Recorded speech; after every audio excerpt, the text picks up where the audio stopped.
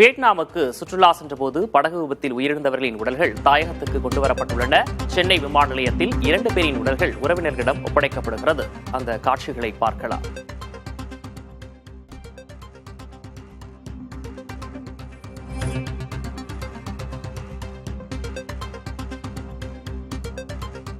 இது தொடர்பான கூடுதல் விவரங்களோடு செய்தியாளர் தமிழரசன் இணைந்திருக்கிறார். தமிழரசன், மொத்தம் 10 பேர் தமிழர்கள் உயிரிழந்திருந்தார்கள். 2 பேரின் உடல்கள் தற்போது வந்தடைந்திருக்கிறது. அவர்கள் யார் யார் என்ற விவரம் வெளியாகியிருக்கா? வணக்கம். வியட்நாமில் படகு விபத்தில் உயிரிழந்த தமிழர்களின் உடல் சென்னை விமான நிலையத்திற்கு கொண்டு வரப்பட்டு உறவினர்களிடம் ஒப்படைக்கப்பட்டிருக்கிறது. தாய்லாந்துக்கு இணையான சுற்றுலா தலமாக கருதப்படும் வியட்நாமிற்கு சுற்றுலா சென்ற இந்தியர்கள் 15 பேர் படகு கவிழ்ந்து விபத்துக்குள்ளானதில் பரிதாபமாக அவர்கள் உயிரிழந்தனர். இந்த துயர சம்பவம் என்பது நாடு முழுவதும் பெரும் சோகத்தை ஏற்படுத்தி இருந்தது. தமிழகம், கேரளா மற்றும் ஆந்திரா ஆகிய மாநிலங்களைச் சேர்ந்த சுற்றுலா பயணிகள் வியட்நாமில் உள்ள அந்தோ என்ற தீவு கூட்டங்களுக்கு இடையே மகிழ்ச்சியாக படகு சவாரி மேற்கொண்டிருந்தனர். எதிர்பாராத விதமாக படகு கவிழ்ந்து விபத்துக்குள்ளாகி இவர்கள் அனைவரும் உயிரிழந்தனர்.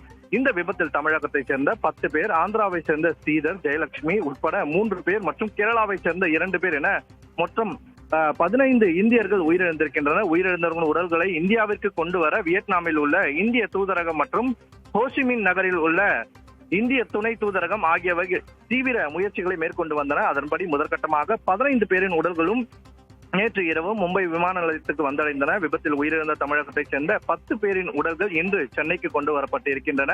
அதில் திருவள்ளூர் மாவட்டத்தைச் சேர்ந்த பாபு, சந்தோஷ்குமார், திருவண்ணாமலை